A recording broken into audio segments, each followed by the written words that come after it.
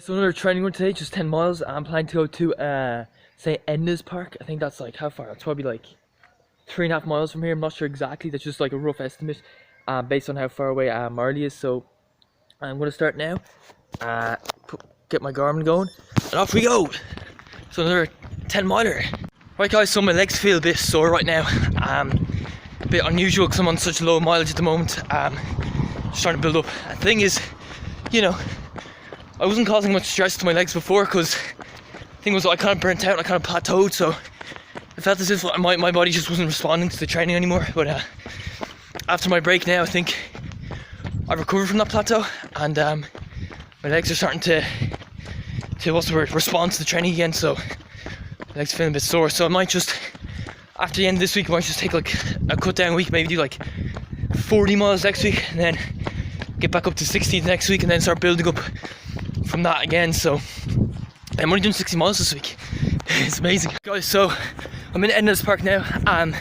Funny thing is, I actually got to the main entrance of the park just before I hit the third mile split.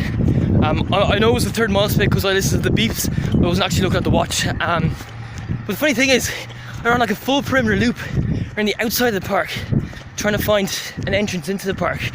And you know, there's only one. Okay, I think that's the fourth mile. And there's only one actual entrance that was open, because there's many different entrances. But I had to do like a full perimeter lap of the park. If I went the opposite direction, I would have got to the entrance after like a few hundred meters. You know, it's a bit awkward, but yeah, I'll know for next time. So I'm in Ednas in like the wooded area. I'm just thinking, you know, about you know, my friend Brandon. He ran for Bournemouth Athletic Club, and you know, at Bournemouth Athletic Club they only do like track sessions. They don't do any like easy mileage. And the thing is, like, he told me that the three best runners in the club, they do you know, they do their own training. They're all like sub 15-minute 5k runners, and I think what the coaches should do is ask these guys, what are they doing? What are they doing differently? And try to learn from them. Ask for advice. Because, you know, a lot of coaches out there, they're just so, they're too proud to admit that they made a mistake. It's very cowardly. These guys should admit that, at least admit that their training methods are not the best, you know, and look to what the best guys in the club are doing. And people do that. People stop being so, what's the word, stubborn.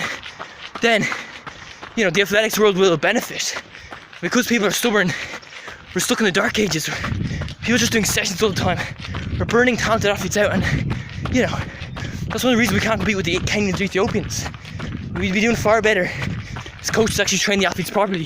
So I've just left Ednas. I'm on my way home, so it's 3 miles to get home. An update on the coronavirus in Ireland. At the moment, there's talk of the restrictions being eased for the 5th of May, but the problem is they say that people aren't following the rules and stuff. I'm not. There's a rule where you're only allowed to exercise within 2 kilometers of your house. I went up to Ednas, which is 3 miles from my house. Do you know what I mean? So but at the end of the day, it's all down to compliance. It's not about whether or not this disease actually spreads. It's about if the population does what they're told, then we'll reward them by easing restrictions. If not, we'll punish them. Do you know what I mean? Like, it's ridiculous, but yeah, the people are getting fed up. According to what I've read there's more people taking buses and stuff, more people leaving their area, you know, more people traveling by cars and stuff. But you know, at the end of the day, just finished the run. I don't think my watch was working properly for some reason. I got the last mile in 9:23, and you know, I was training in Ednas Park, and you know, according to my watch, Ednas Park is like 3 miles from my house. But like, you know, so I think I started running home just before I hit the 7th mile to bring me up to 10, and like I ended up running way down to like Stillorgan, and like I don't know, like that was definitely wrong. Like that was probably like 1.5 miles or something. So you know, mile splits, I don't think they're accurate. It didn't feel like we was running that slow today. So like 7:46, 7:26, 7:16, 7:20, 7:04. That, you know, maybe that's right. A little bit slower than I thought I was running, but it's kind of believable. Then 7:38 for the 6 mile, 7:38, 7:23, 7:07 for the 9th mile, and 9:23 for the 10th. Alright, so you know, to me that's not believable. Like, I'm actually sweating right now.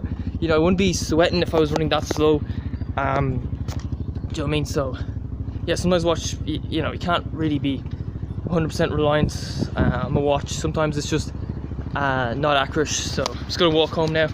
Still like a little bit away from home. Right guys, on second thought, I think those splits might have actually been right or accurate.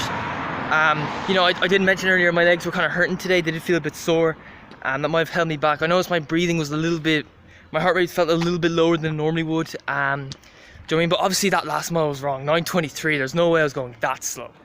Alright, that's the thing. That's why it's important to go by feel and not be a slave to the watch. So, you know, on days like today where your legs are a bit sore, you need to let your body recover. It's good to run a bit slower to put less strain on the legs. Do you know what I mean? So, you know, if I was a slave to the watch, if I was looking at the watch all the time, I'd be like, oh shit, 7:30, that's too slow, pick it up. And, you know, I'd be hitting like 6.7 or 6.50 mile pace, and, you know, my legs will not recover then, and I'd be setting myself up for burnout. So that's why it's important to go by how you're feeling and not be a slave to the watch. You know, not every run should be done at the same pace. Do you know what I mean?